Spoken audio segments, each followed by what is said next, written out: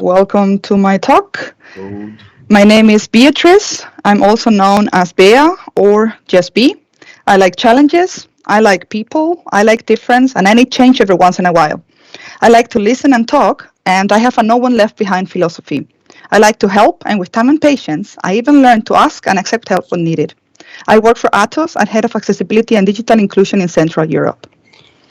I am part of several German-speaking accessibility groups, but I'm mostly active in the German User Experience Professional Association, where I lead the accessibility working group. I'm also in the DACH chapter of the International Association of Accessibility Professionals. I am a certified UX and web accessibility professional. If you want to reach out, you can find me on Twitter, on LinkedIn. Why are we here? Why am I here? Today, I'm going to draw on the design thinking concept of designing for extreme users. And I will argue that designing for extreme users can be considered a case of designing for accessibility, designing for inclusion, designing for innovation, and designing for disruption. All in all, designing for everyone, this time for real. The tradition in user experience is to design and lead for average users, creating personas out of user research data that was averaged from our customers' average target customers. Let me tell you a story. In the 40s, the US Air Force was losing many pilots due to crashes. At the worst point, up to 17 crashes on a single day. The accidents were so frequent and accepted so many types of aircraft models that it became a life or death mystery. They investigated many possibilities within engineering and human errors until they landed on the cockpit design. It was designed for the average pilot of 1926. So it was obvious to all researchers that the pilot's measures had changed since then. They researched to fine-tune this average, to redesign a new cockpit based on the new average measurements.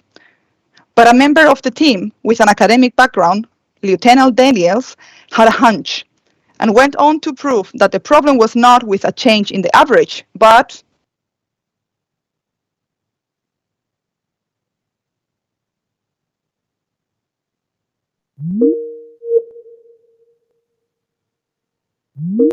can you guess how many of those 4,063 fine air people matched the average on all 10 of those dimensions? Drums rolling. It's very nice to be Spanish when you do drums rolling. So if you guess zero, you are correct. I'm going to let that sink for a moment. More than 4,000 people mastered in a certain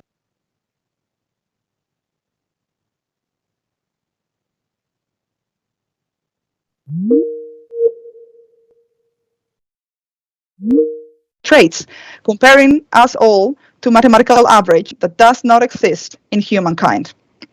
But we're talking business here. When we focus on the average, we can create the perfect product for a limited amount of people in the center, which forms the center and highest point of this bell curve that I'm showing right now. At the same time, we also create invisible barriers to those on the sides. And if we go further to the extremes, these users could be totally excluded, having no access to our products or services, or maybe a very poor, even traumatic experience. If we, on the contrary, focus on the extremes, without losing sight of the average, we can provide a better experience for all. I'm going to quickly touch on how to create accessible personas without getting too deep into the topic, just enough to establish the background for what we are not going to do today. Please bear with me for a moment. If we focus on the main, we can elaborate about our persona's aptitude, attitudes, and abilities. About ability, we can talk about disability, visible like blindness or limb differences, but also about invisible, hidden, and misunderstood disabilities, like both mental health and chronic pain and illness. You can elaborate about vision, hearing, speech, mobility or dexterity, cognitive, neurodivergence, or any mix of those. That's called intersectionality. We can also talk about what is the impact of such disability or disabilities and what the prevalence is in the general population and our user community. If you're working on a product for older people or people with diabetes, for example, taking into account vision disabilities into this comparison may be crucial.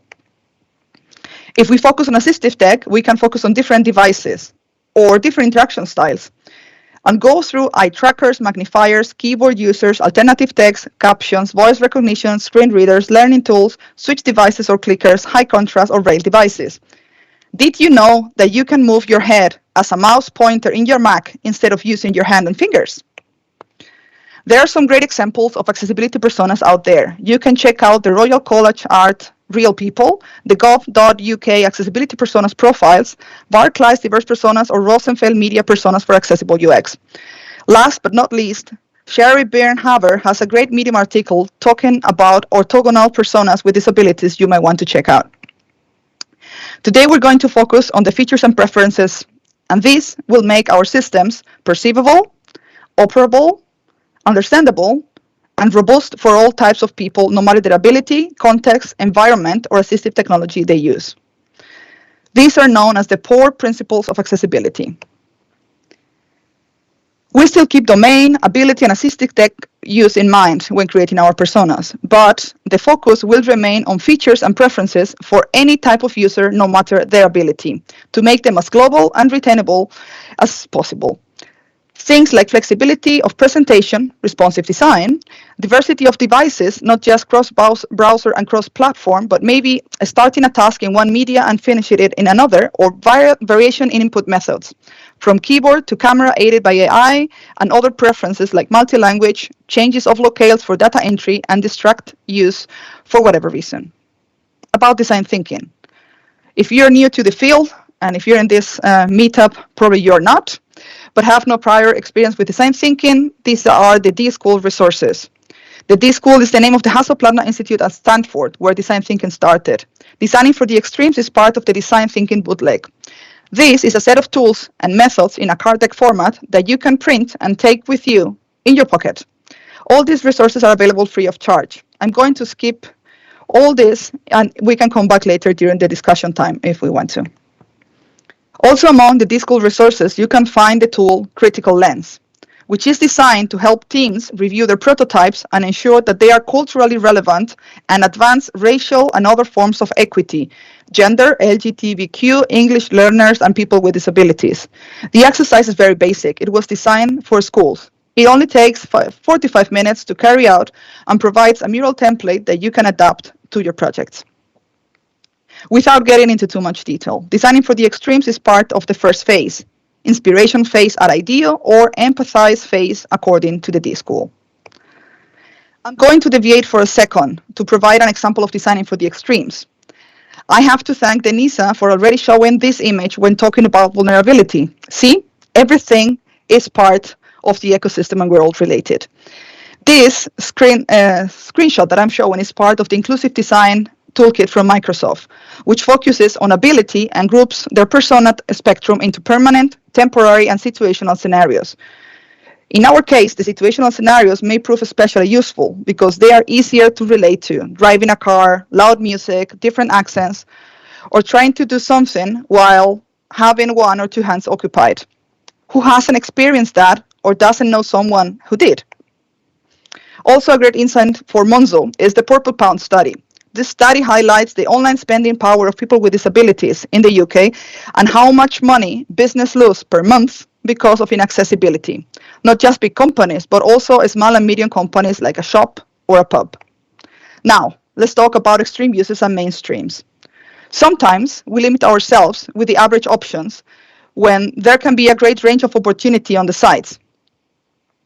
I'm showing you a card deck of the D-School bootleg deck.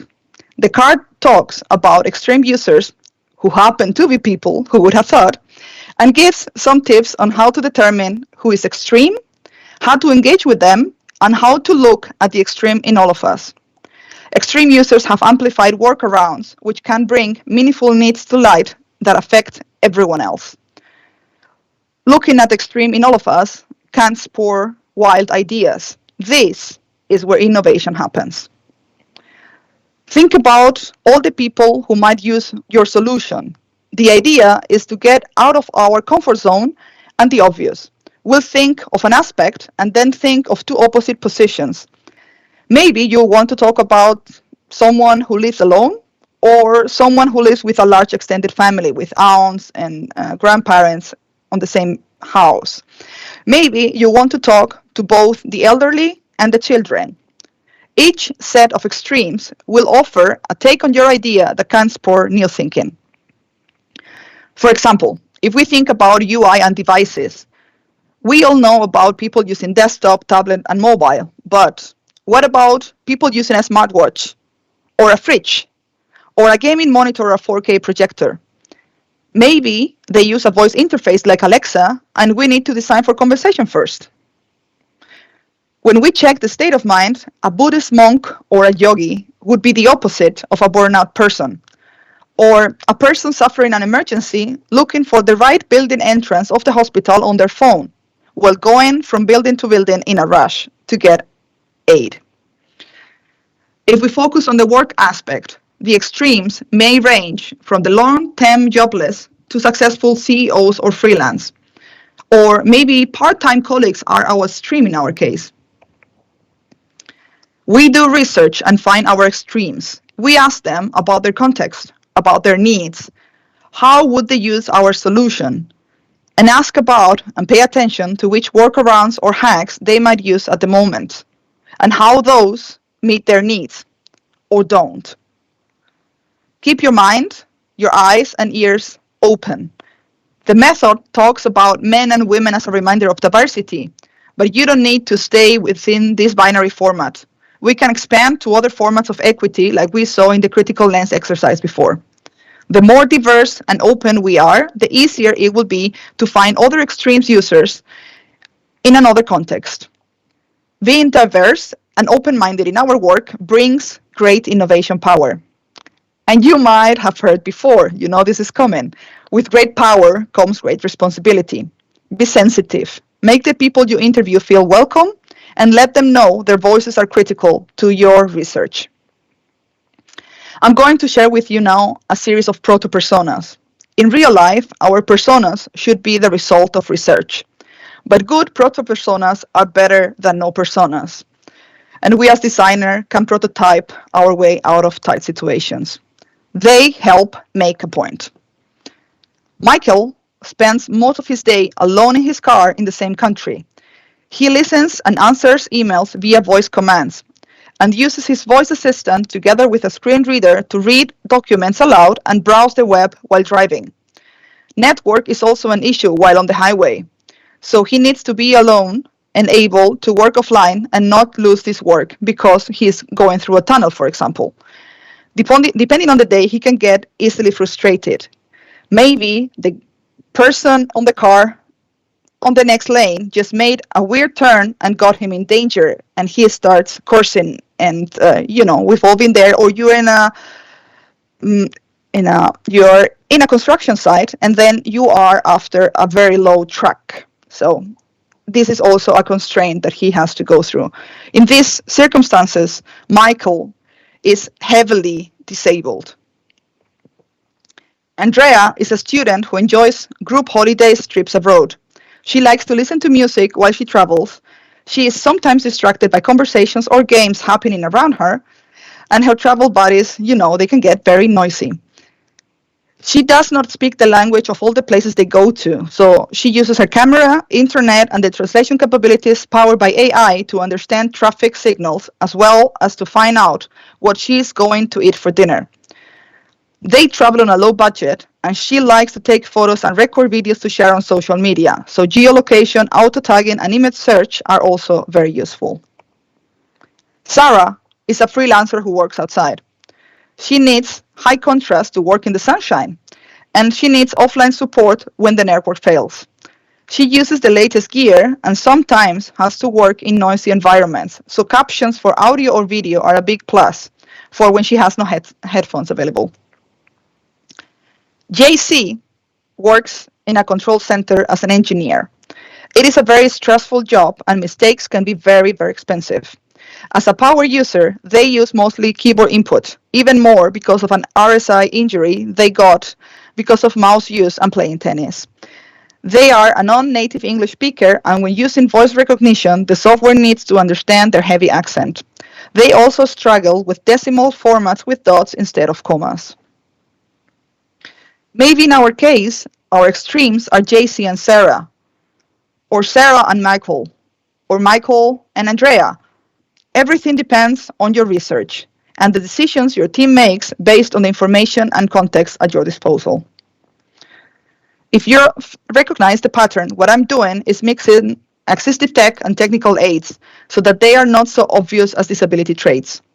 I am avoiding the use of screen readers and using instead the word read aloud to make it sound less technical and related to disability. I am adding different types of possible situational or temporary impairments in the persona stories, and I am adding some of the constraints that might differentiate these potential users. Did you realize that I use at least a non-binary pronoun for one of my personas?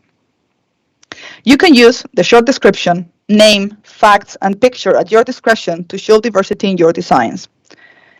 As a side note, I am not in favor of hiding disabilities or impairments. I am not telling you to do so. If your audience is willing to accept it, congratulations, go for it. Talk about accessibility and disability with no constraints. With these examples, my aim is actually the opposite, to bring disability and impairments to the front line in acceptable business ways for those who never wanted to hear a word about it. Something you can try when everything else fails. Some people are lost when prototyping and testing those prototypes for screen readers, and they ask me how to do it. The answers is that we can prototype basically anything, technical or not. By playing a human computer to classify algorithms for machine learning, for example, is it a bagel or a donut? Is it legs or sausages? Is it a car lane or a bike lane? Then comparing classification results to get better. This is part of the I Love Algorithms tools, part of the Emerging Tech Initiative, which is the card deck that enables anyone, technical or not, to prototype with machine learning as part of the D-School. Or prototyping for screen readers with a piece of paper, pen, and the Wizard of Oz technique, where one of us play computer and reads the contents and options to the tester. Depending on the instructions of the tester to continue, the wizard reads aloud the next pieces of information. This is a very practical way for you to prototype designing for screen readers and for voice interaction. When creating personas or proto-personas for your projects, you can focus on the business instead of the accessibility. For example, busy or stressed person versus cognitive impairment. Driving a car versus motor, cognitive, and vision impairment. Also dexterity. Foreign language versus speech impairment. Loud environment versus hard of hearing. Or a person under stress instead of cognitive impairment, chronic illness, or mental health issues. Also, if it was not clear already, don't forget to include diversity in your teams and your studies as much as you can. Try to avoid designing just for a white, cis, local city able upper class male, even if your team still has many of those. Nothing personal, but it helps for innovation. Like I mentioned before, maybe you are lucky enough to study or work in a place where the DQ model for designing for extreme users and accessibility is welcome. I do hope you are. This model presents average users with full access in the middle of a bell curve. On both extremes, we have people with disabilities on the left and mobile and power users on the right. People, for example, in a call center, they use the keyboard because every second counts toward their goals, and they cannot lose any second moving the mouse from one place to another. In between, we have, with limited access on the left, people getting older, and limited access on the right, people under severe stress. If you're not as lucky, this presentation was for you. Feel free to use these methods we've discussed today to make any user an inclusive one and avoid excluding anyone. These tips should support you and your team's creativity to sell accessibility personas to even the toughest stakeholder. Thanks a lot. Are there any questions?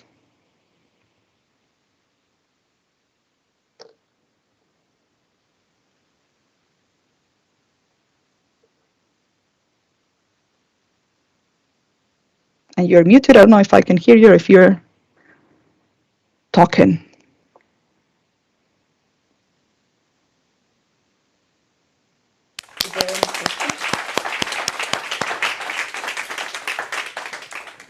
Thanks so much. Beatriz, bear Oh, with us. you're There was a 20 bit of seconds delay. behind. We had some technical difficulties during your talk and had to switch to a different stream. So, I don't know if I can hear you if you're can she hear me? talking. Yes. There's a little blue light.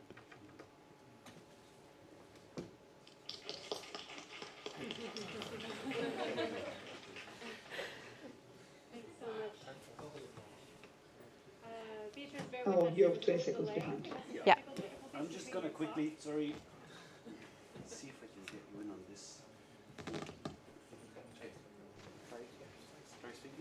You're moving the computer. I think my favorite quote from your talk was, imagine if a system fails, what would you do and how would you design for that?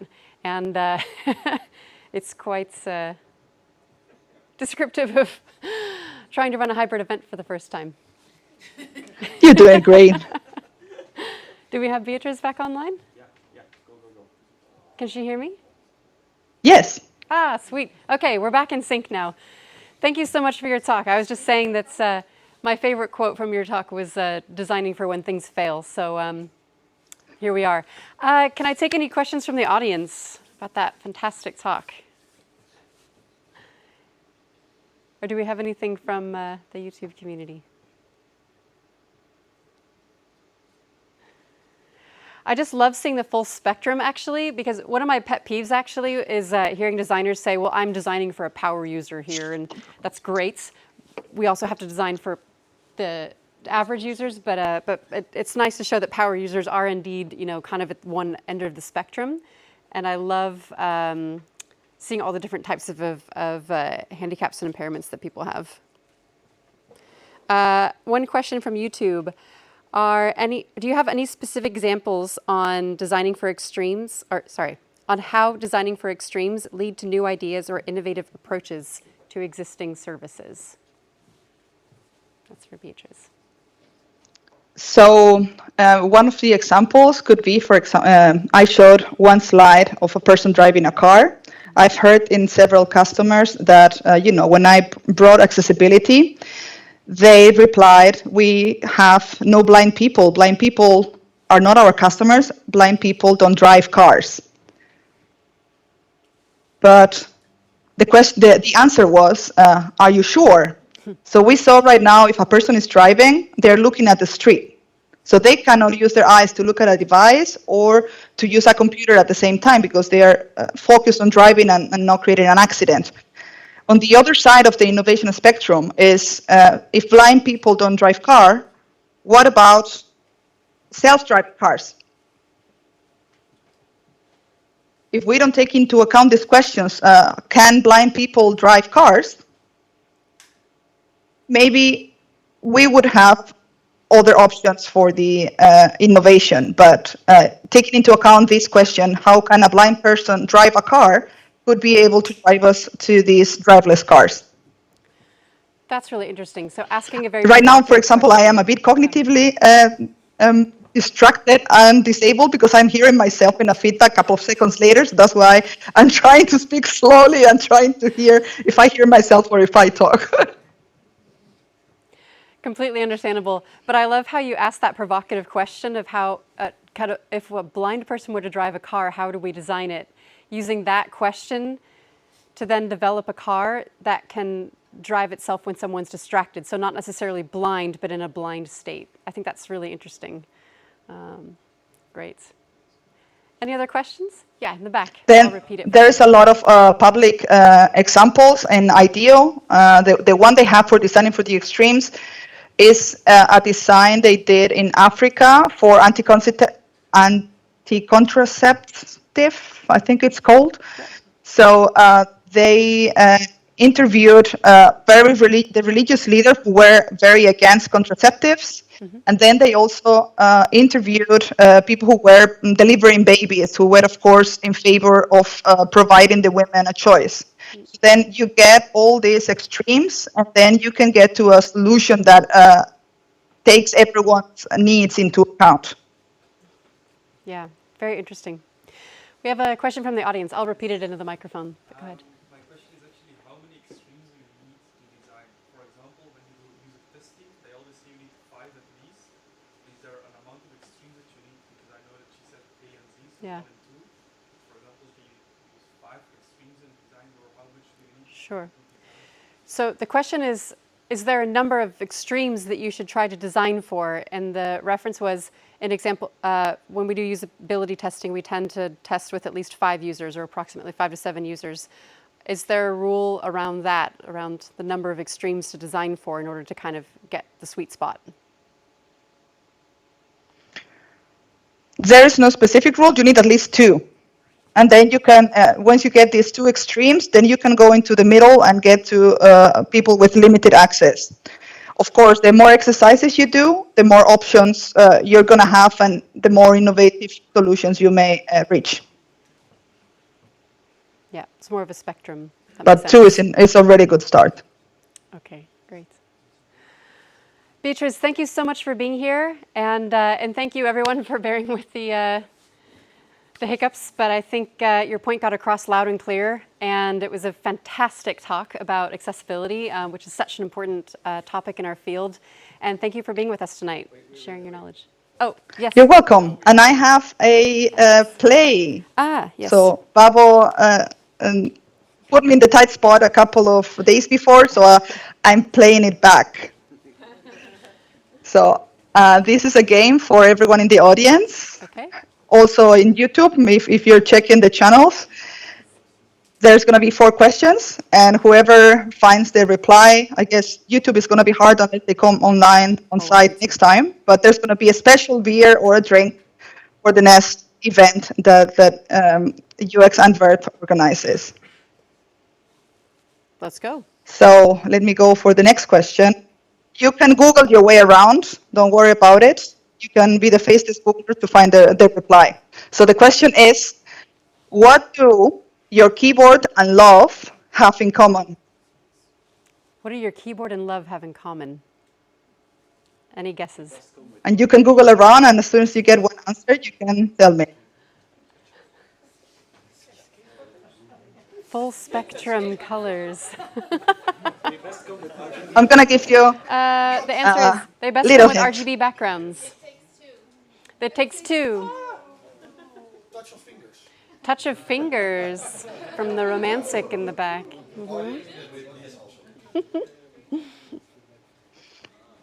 So the hint is the typewriter. We're talking about innovations and what do they have in common with disability? I'm going to go with fingers, yeah. Dexterity. Haha. Any other You can Google guesses? around the origins of the typewriter. Yeah, there's prizes on the line here, people. Prizes. Any more guesses? And I'm going to go in 3 seconds. Yeah, I think you'll have to tell us. Oh, Typewriter was invented 3, wait, the typewriter was invented. by somebody with, I think, impaired vision. So, and at the end, well, everybody started using Ah. it because it was easy, but I don't know exactly. Okay. if you have the so keywords typewriter was Italian invented by and someone a who's blind blind, lady, and love is blinds. you win. That's a very good answer. Is that the winning answer? Yeah, so there's an Italian inventor, either Pellegrino Turri or Agostino Fantoni, that built the first typewriter to help a blind lady they loved write legibly. Agostino wanted to help his sister, and Pellegrino his friend Countess Carolina Fantoni da Fivecchiano. That's fantastic. Good job. So all the have a keywords you winner. use today have to do with that. Fantastic. We actually And have a now, winner. what does the telephone have to do with disability?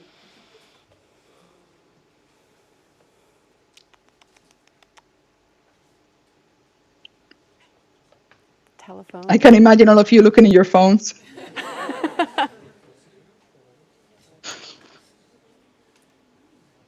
What disability? What did it solve? Yeah? Maybe it was also a solve for blindness? In the back? It was actually invented by somebody who couldn't walk.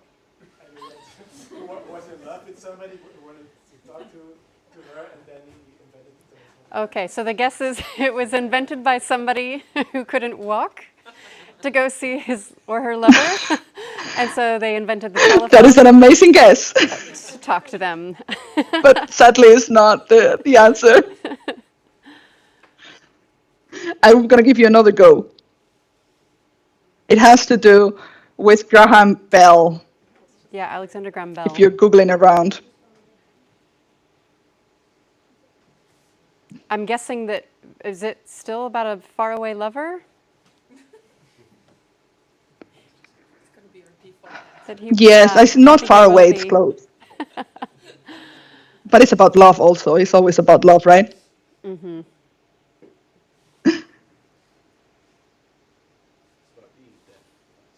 That's what Google is telling me.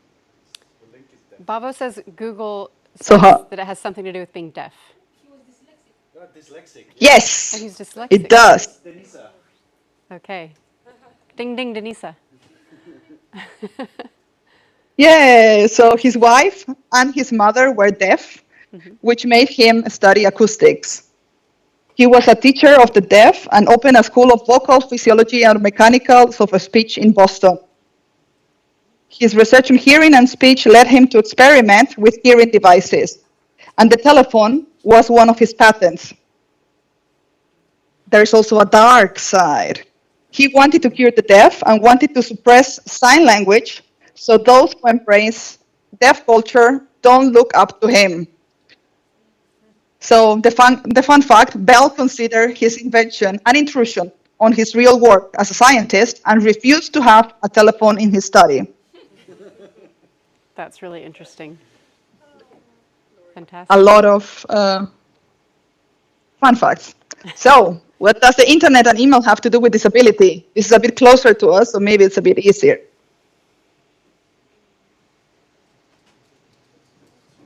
It has to do with one of the fathers of the internet.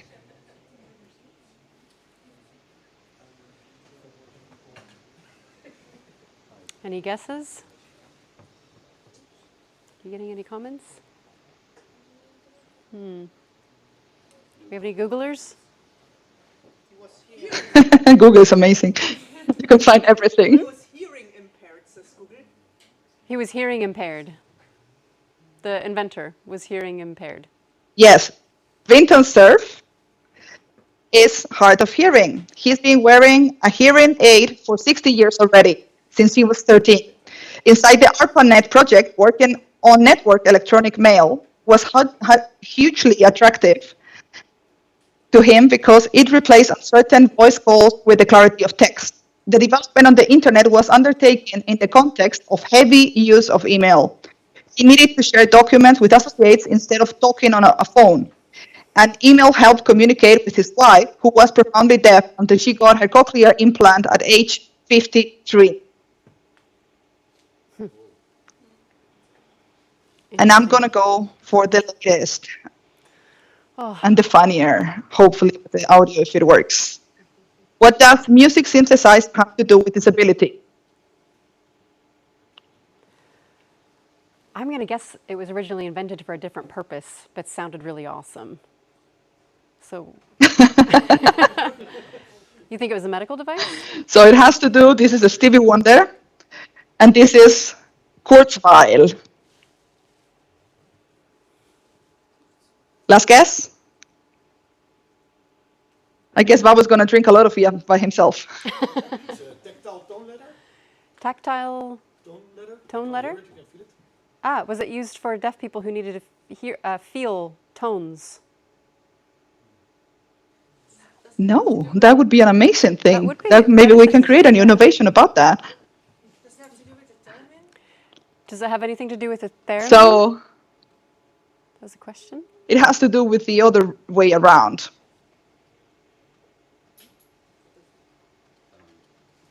Nope. I'm out of guesses. So it has to do with Right, machines this is- speaking. Was it how machines speak to each other using tones? No, I don't think we're getting it. That would be a great guess too. What's the answer? And making you think hard after the first pulse of beers, right? Is it supposed to imitate a voice?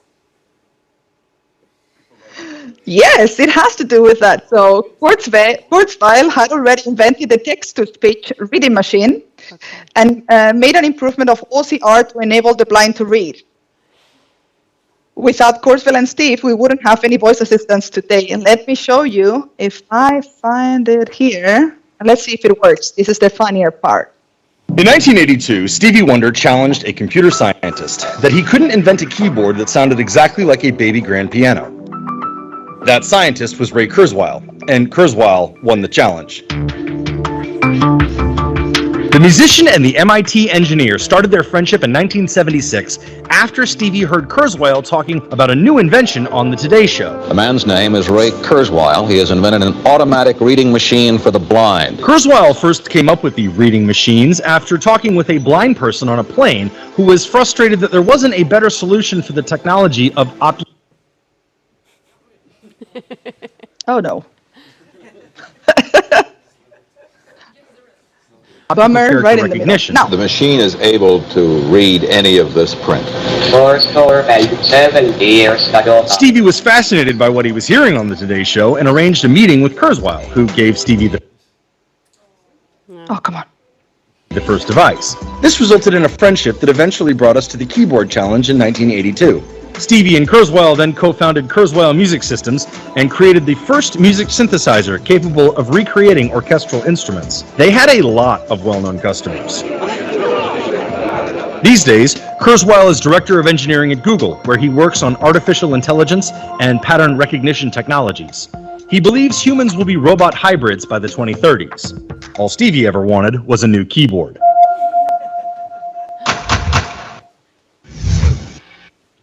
That's really cute.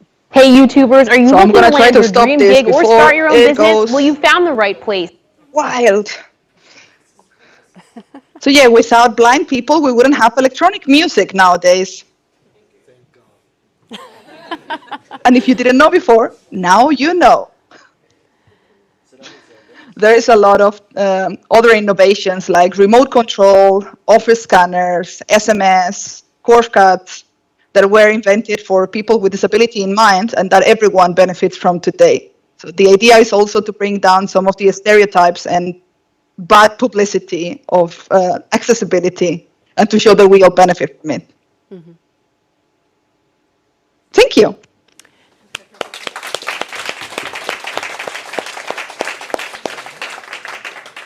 Beatriz, thank you so much for your time. I hope. And that quiz was super fun. It got our brains working. Appreciate you taking the time and effort to be with us tonight. Thanks to both of our speakers. We're going to send you this in the mail, but we are trying to resurrect a tradition of handing out a prize or a gift to all of our speakers. Super old school, but it's the tradition that we've had for 10 years of giving out a patch to anyone who speaks for UX Antwerp. So I'm going to give this to you since you're here, Denise. It's a patch, like that you put on your 80s style jean jacket. Yeah, like that, totally. Next to your like Iron Maiden patch, you know, that one. On the laptop backpack. Yeah, or on your backpack, totally. All right. Yeah, exactly. All right, thanks everyone. Feel free to hang out and talk and discuss and talk to our speakers as well if they're here about your questions, and have a beer and enjoy the venue. And we'll see you next time. We'll be back next month at Belfius, I believe, in Brussels. Sorry, ICAPS, Belfius the next month. ICAPS in Antwerp, last Tuesday of next month. Hope to see you again there. Take care. Here.